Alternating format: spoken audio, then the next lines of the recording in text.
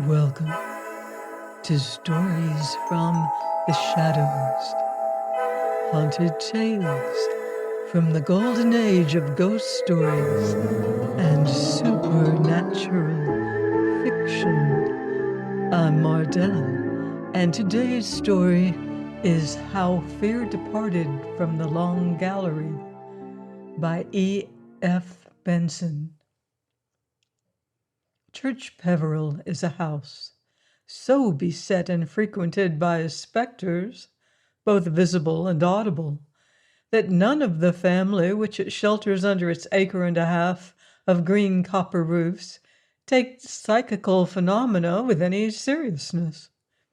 For to the Peverils the appearance of a ghost is a matter of hardly greater significance than is the appearance of the post to those who live in more ordinary houses. It arrives, that is to say, practically every day. It knocks or makes other noises. It is observed coming up the drive or in other places. I myself, when staying there, have seen the present Mrs. Peveril, who is rather short-sighted, peer into the dusk while we were taking our coffee on the terrace after dinner, and say to her daughter, "My dear, was that not the blue lady who has just gone into the shrubbery? I hope she won't frighten Flo. Whistle for Flo, dear." Flo, it may be remarked, is the youngest and most precious of many dachshunds. Blanche Peveril gave a cursory whistle and crunched the sugar left unmelted at the bottom of her coffee cup between her very white teeth. "Oh, darling, Flo isn't so silly as to mind," she said. "Poor blue Aunt Barbara is such a bore. Whenever I meet her, she always looks as if she wanted to speak to me, but when I say, 'Oh, what is it, Aunt Barbara?' she never utters, but only points somewhere toward the house, which is so vague. I believe there was something she wanted to confess about 200 years ago, but she's forgotten what it is." Here Flo gave 2 or 3 short, pleased barks, and came out of the shrubbery wagging her tail and capering round what appeared to me to be a perfectly empty space on the lawn.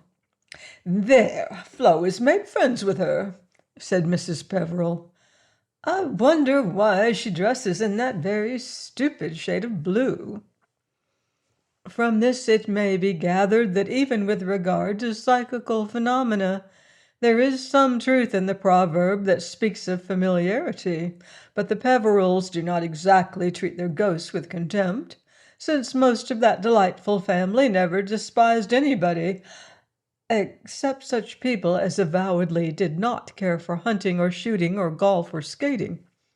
And as all of their ghosts are of their family, it seems reasonable to suppose that they all, even the poor blue lady, excelled at one time in field sports.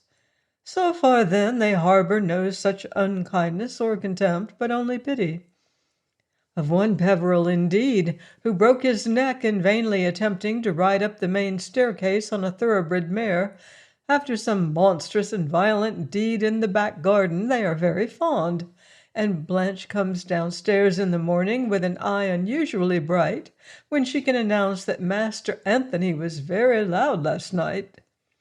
He, apart from the fact of his having been so foul a ruffian, was a tremendous fellow across country, and they like these indications of the continuance of his superb vitality.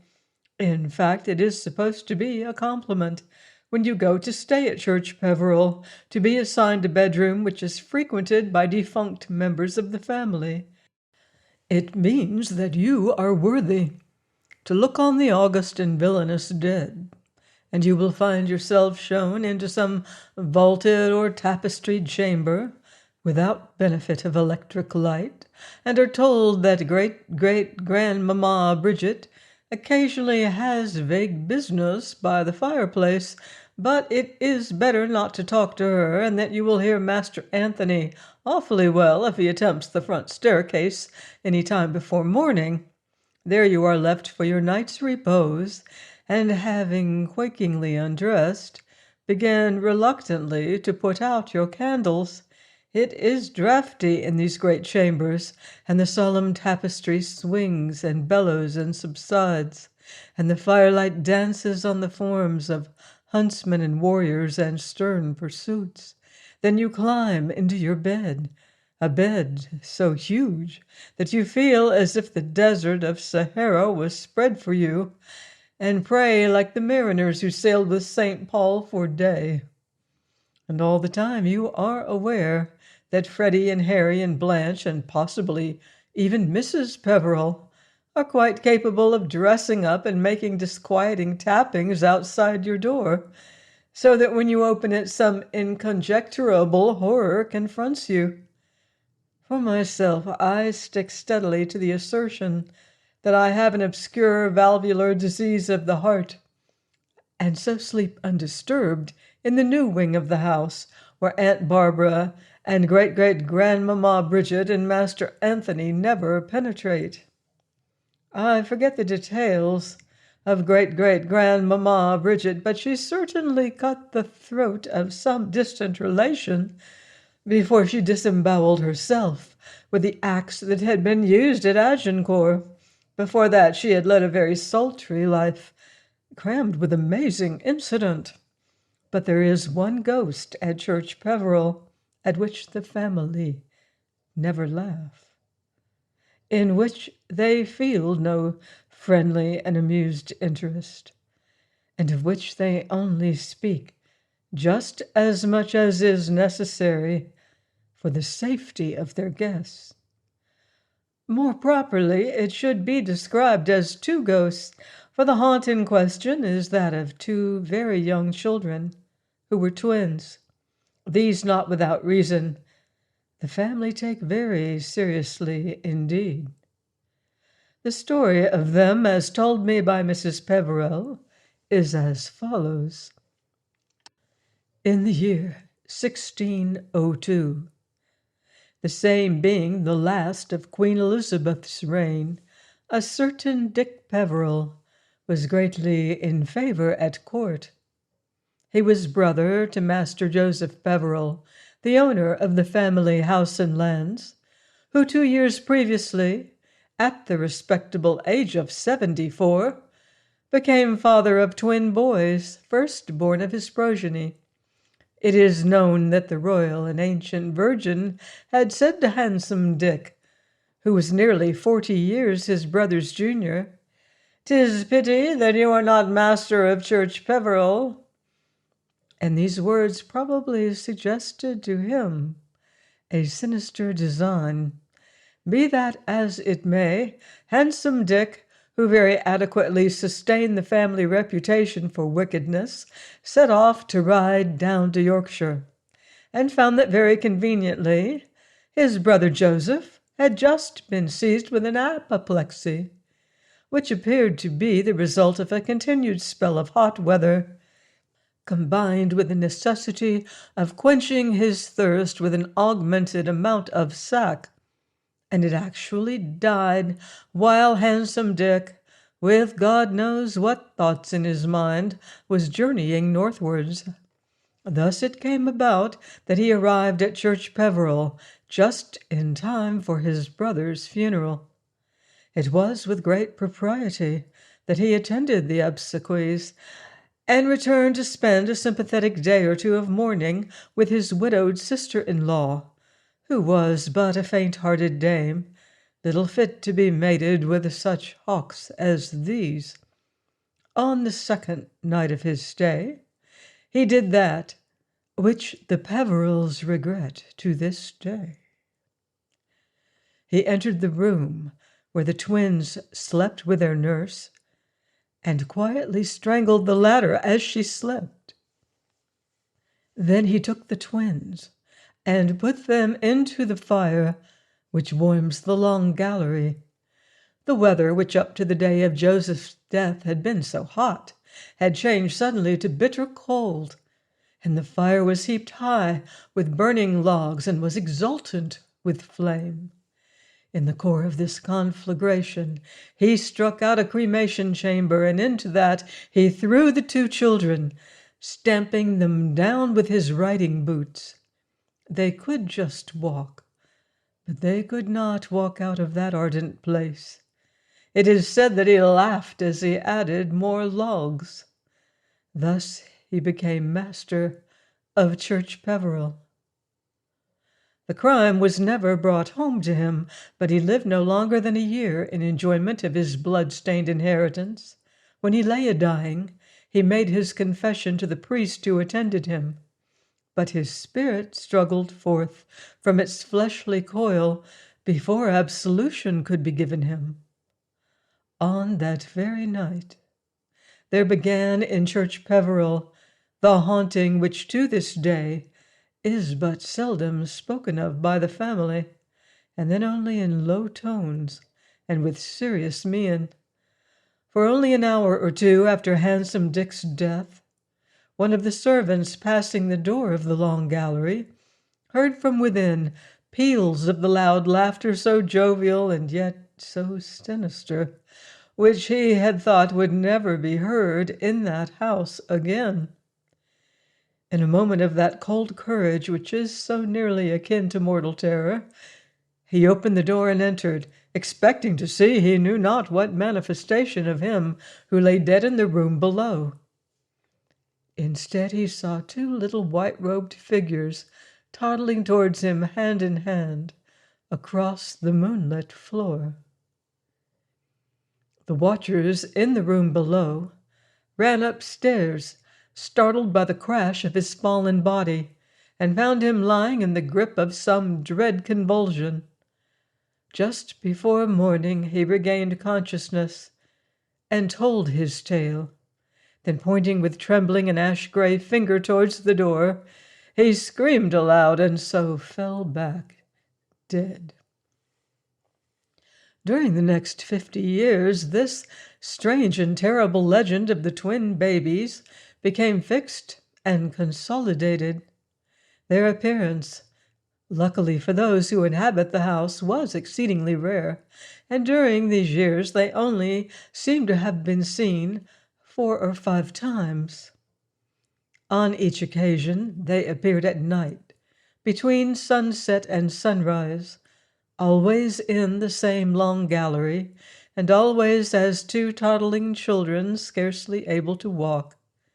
And on each occasion the luckless individual who saw them died either speedily or terribly, or with both speed and terror, after the accursed vision had appeared to him. Sometimes he might live for a few months. He was lucky if he died, as did the servant who first saw them in a few hours. Vastly more awful was the fate of a certain Mrs. Canning, who had the ill luck to see them in the middle of the next century, or to be quite accurate, in the year 1760. By this time, the hours and the place of their appearance were well known, and as up to a year ago visitors were warned not to go between sunset and sunrise into the long gallery. But Mrs. Canning, a brilliantly clever and beautiful woman, admirer also and friend of the notorious skeptic Monsieur Voltaire, willfully went and sat night after night, in spite of all protestations, in the haunted place. For 4 evenings she saw nothing, but on the 5th she had her will. For the door in the middle of the gallery opened, and there came toddling towards her the ill-omened, innocent little pair. It seems that even then she was not frightened, but she thought it good, poor wretch, to mock at them, telling them it was time for them to get back into the fire. They gave no word in answer, but turned away from her, crying and sobbing. Immediately after, they disappeared from her vision, and she rushed downstairs to where the family and guests in the house were waiting for her, with the triumphant announcement that she had seen them both, and must needs write to Monsieur Voltaire, saying that she had spoken to spirits made manifest. It would make him laugh. But when some months later the whole news reached him. He did not laugh at all. Mrs. Canning was one of the great beauties of her day, and in the year 1760 she was at the height and zenith of her blossoming. The chief beauty, if it is possible to single out one point where all was so exquisite, lay in the dazzling color and incomparable brilliance of her complexion.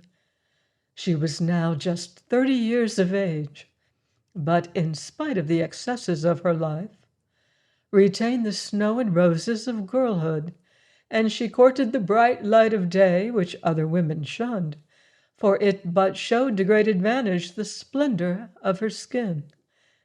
In consequence, she was very considerably dismayed one morning, about a fortnight after her strange experience in the long gallery, to observe on her left cheek, an inch or two below her turquoise-colored eyes, a little grayish patch of skin, about as big as a threepenny piece.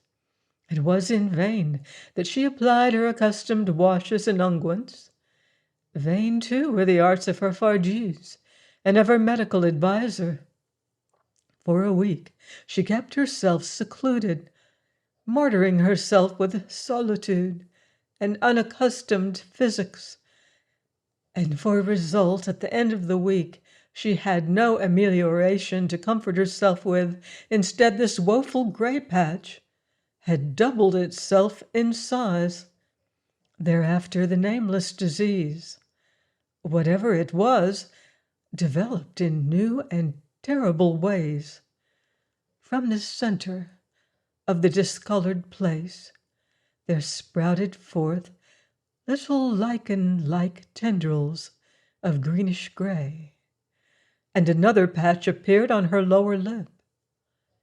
This too soon vegetated, and one morning, on opening her eyes to the horror of a new day, she found that her vision was strangely blurred.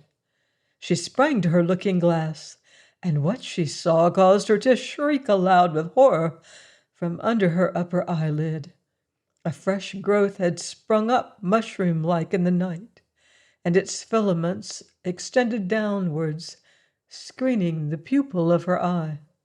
Soon after, her tongue and throat were attacked, the air passages became obstructed, and death by suffocation was merciful after such suffering. More terrible yet was the case of a certain Colonel Blantyre, who fired at the children with his revolver. What he went through is not to be recorded here.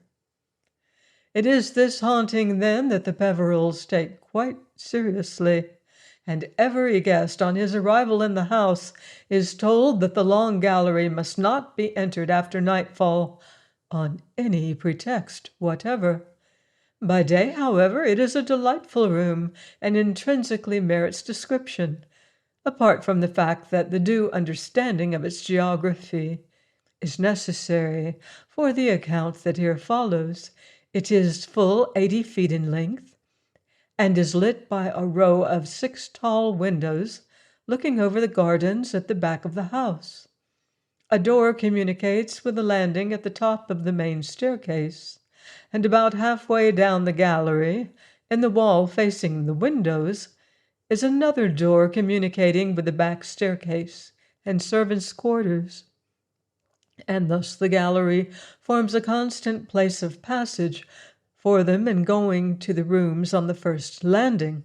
It was through this door that the baby figures came when they appeared to Mrs. Canning, and on several other occasions they have been known to make their entry here, for the room out of which Handsome Dick took them lies just beyond at the top of the back stairs.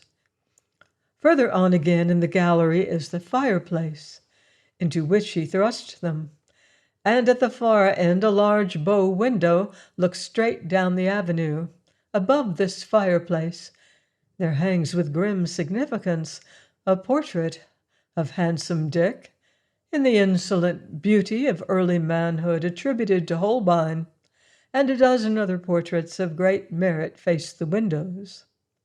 During the day, this is the most frequented sitting room in the house, for its other visitors never appear there then, nor does it then ever resound with a harsh, jovial laugh of handsome Dick, which sometimes, after dark has fallen, is heard by passers-by on the landing outside. But Blanche does not grow bright-eyed when she hears it. She shuts her ears and hastens to put a greater distance between her and the sound of that atrocious mirth. But during the day the long gallery is frequented by many occupants, and much laughter, in no wise sinister or saturnine, resounds there. When summer lies hot over the land, those occupants lounge in the deep window seats, and when winter spreads his icy fingers and blows shrilly between his frozen palms, congregate round the fireplace at the far end, and perch in companies of cheerful chatterers upon sofa and chair back and floor.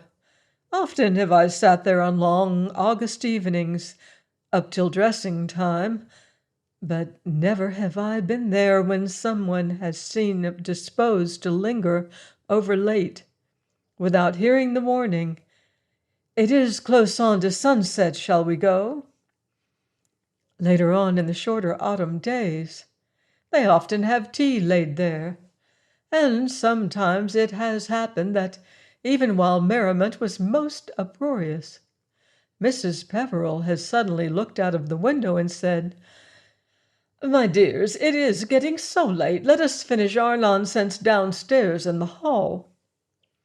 And then, for a moment, a curious hush always falls on loquacious family and guests alike, and as if some bad news had just been known, we all make our silent way out of the place.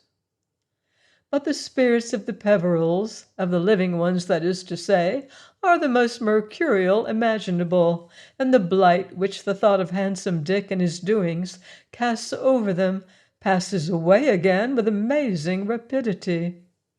A typical party, large, young, and peculiarly cheerful, was staying at Church Peveril shortly after Christmas last year, and as usual on December 31st, Mrs. Peveril was giving her annual New Year's Eve ball. The house was quite full, and she had commandeered as well the greater part of the Peveril Arms to provide sleeping quarters for the overflow from the house. For some days past, a black and windless frost had stopped all hunting, but it is an ill windlessness that blows no good, if so mixed a metaphor may be forgiven, and the lake below the house had for the last day or two been covered with an adequate and admirable sheet of ice. Everyone in the house had been occupied all the morning of that day in performing swift and violent maneuvers on the elusive surface, and as soon as lunch was over, we all, with one exception, hurried out again.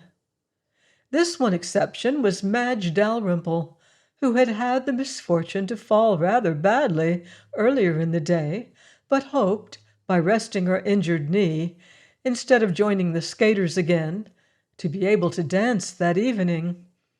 The hope, it is true, was the most sanguine sort, for she could but hobble ignobly back to the house, but with the breezy optimism which characterizes the Peverils, she is Blanche's first cousin, she remarked that it would be but tepid enjoyment that she could, in her present state, derive from further skating, and thus she sacrificed little but might gain much. Accordingly, after a rapid cup of coffee, which was served in the long gallery, we left Madge comfortably reclined on the big sofa at right angles to the fireplace, with an attractive book to beguile the tedium till tea.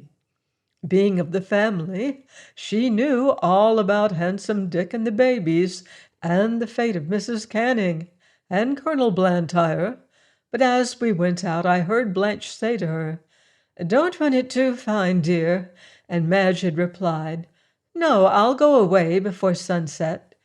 And so We left her alone in the long gallery. Madge read her attractive book for some minutes, but failing to get absorbed in it, put it down and limped across to the window, though it was still but little after 2. It was but a dim and uncertain light that entered, for the crystalline brightness of the morning had given place to a veiled obscurity produced by flocks of thick clouds which were coming sluggishly up from the northeast. Already the whole sky was overcast with them, and occasionally a few snowflakes fluttered waveringly down past the long windows. From the darkness and bitter cold of the afternoon, it seemed to her that there was like to be a heavy snowfall before long, and these outward signs were echoed inwardly in her by that muffled drowsiness of the brain, which to those who are sensitive to the pressures and lightness of weather portends storm. Madge was peculiarly the prey of such external influences.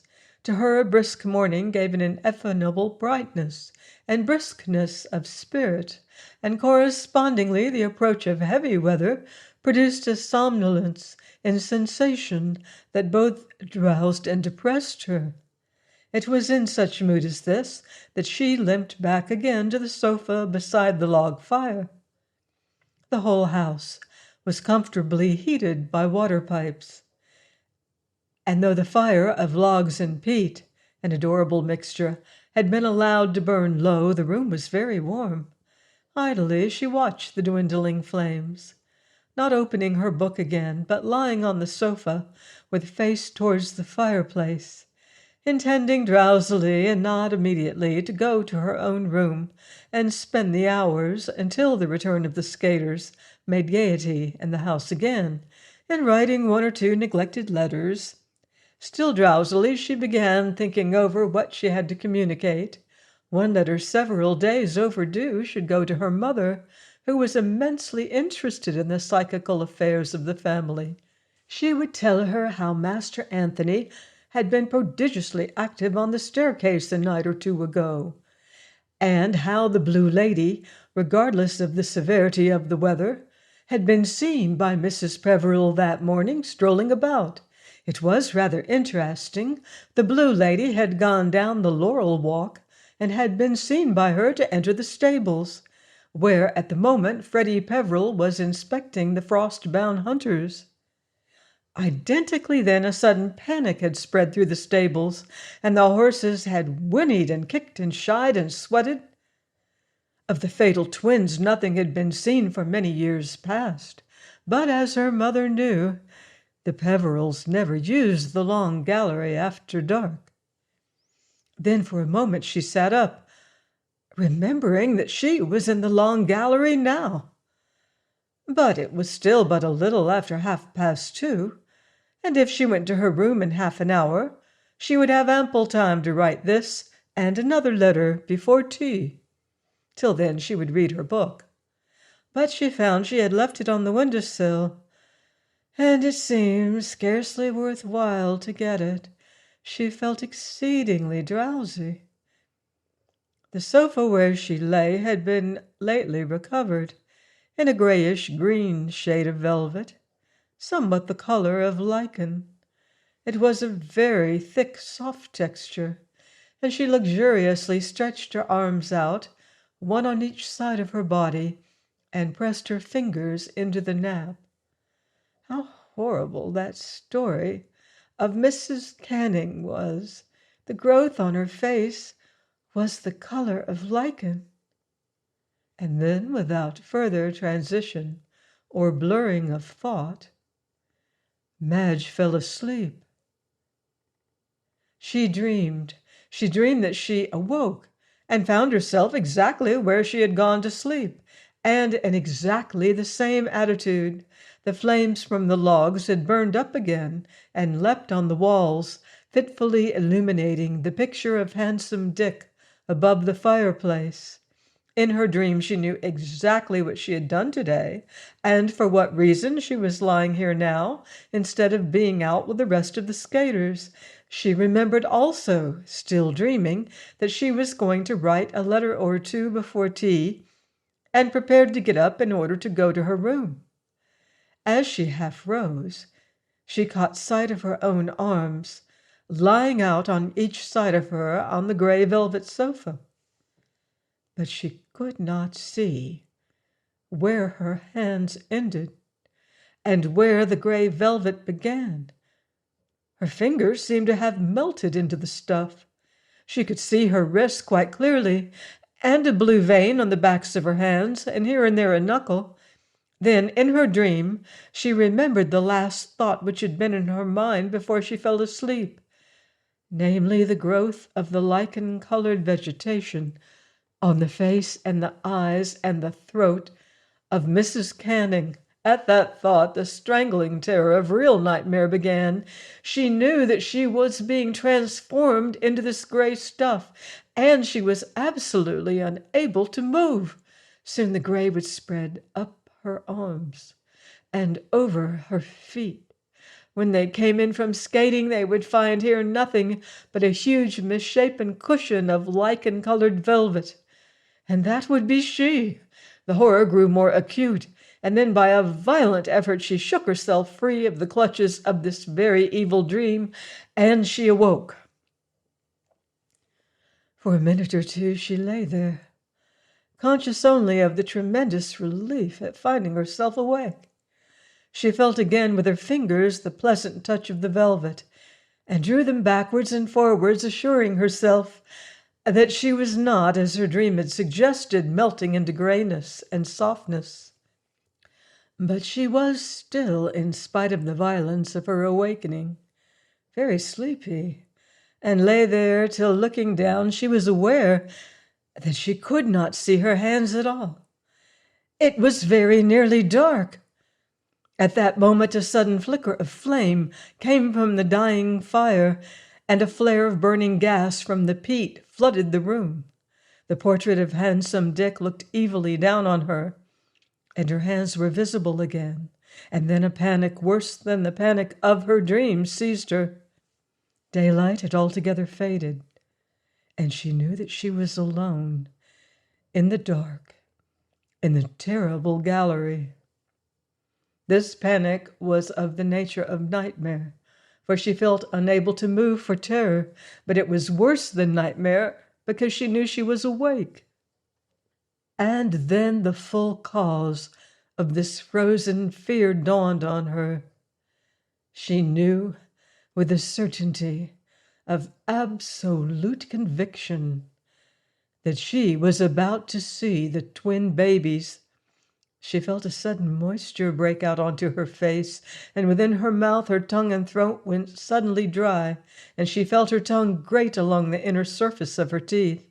All power of movement had slipped from her limbs, leaving them dead and inert, and she stared with wide eyes into the blackness. The spurt of flame from the peat had burned itself out again, and darkness encompassed her. Then, on the wall opposite her, facing the windows, there grew a faint light of dusky crimson. For a moment she thought it but heralded the approach of the awful vision. Then hope revived in her heart, and she remembered that thick clouds had overcast the sky before she went to sleep, and guessed that this light came from the sun not quite yet sunk and set.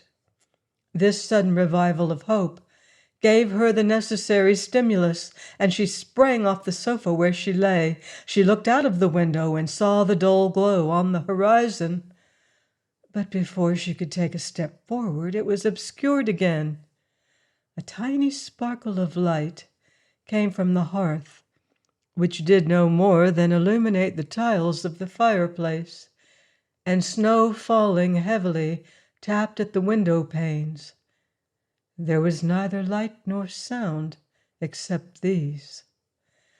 But the courage that had come to her, giving her the power of movement, had not quite deserted her, and she began feeling her way down the gallery. And then she found that she was lost.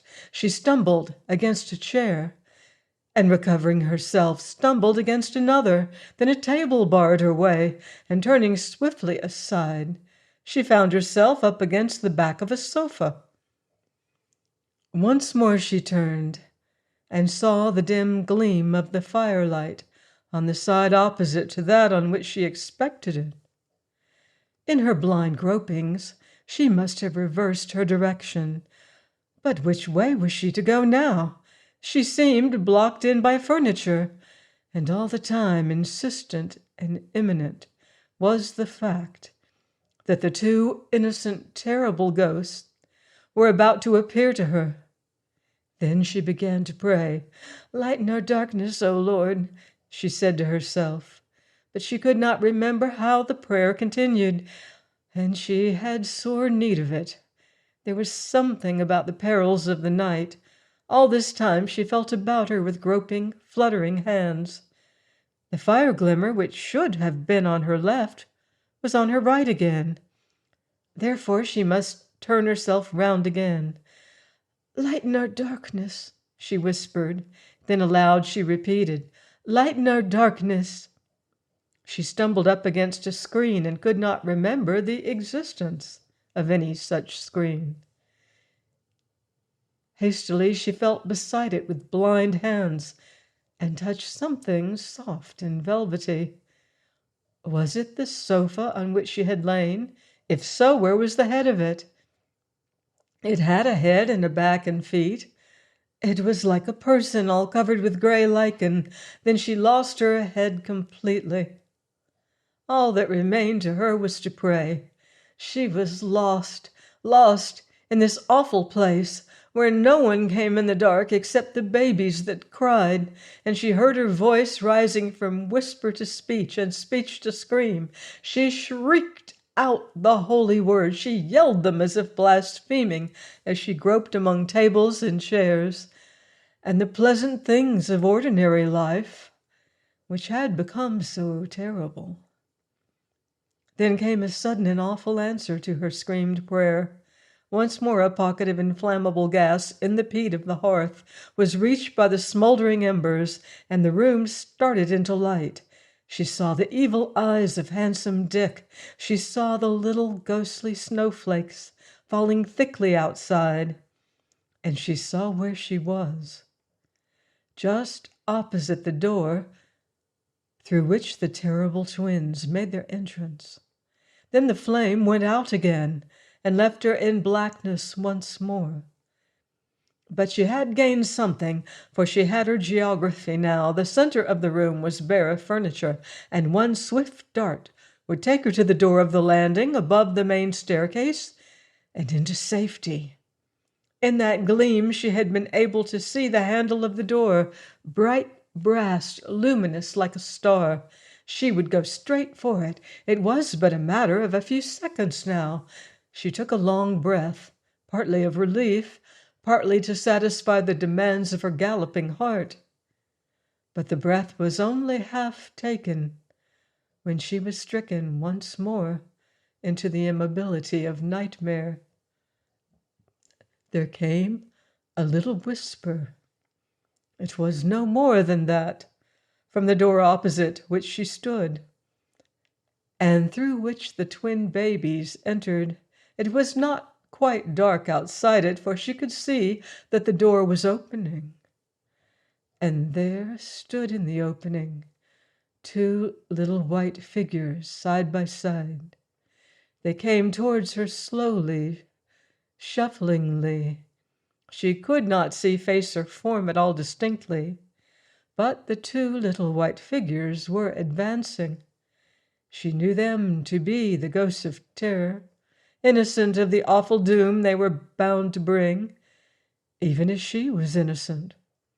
With inconceivable rapidity of thought, she made up her mind what to do. She had not hurt them or laughed at them, and they were but babies when the wicked and bloody deed had sent them to their burning death. Surely the spirits of these children would not be inaccessible to the cry of one who was of the same blood as they, who had committed no fault that merited the doom they brought. If she entreated them, they might have mercy. They might forbear to bring the curse on her. They might allow her to pass out of the place without blight, without the sentence of death, or the shadow of things worse than death upon her. It was but for the space of a moment that she hesitated. Then she sank down onto her knees and stretched out her hands towards them. "Oh, my dears," she said, "I only fell asleep. I have done no more wrong than that." She paused a moment, and her tender girl's heart thought no more of herself, but only of them, those little innocent spirits on whom so awful a doom was laid, that they should bring death where other children bring laughter, and doom for delight.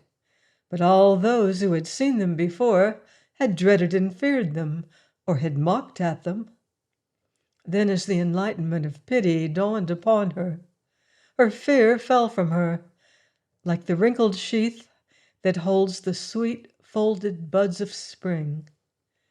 "Dears, I am so sorry for you," she said. "It is not your fault that you must bring me what you must bring, but I'm not afraid any longer. I'm only sorry for you. God bless you, you poor darlings." She raised her head and looked at them.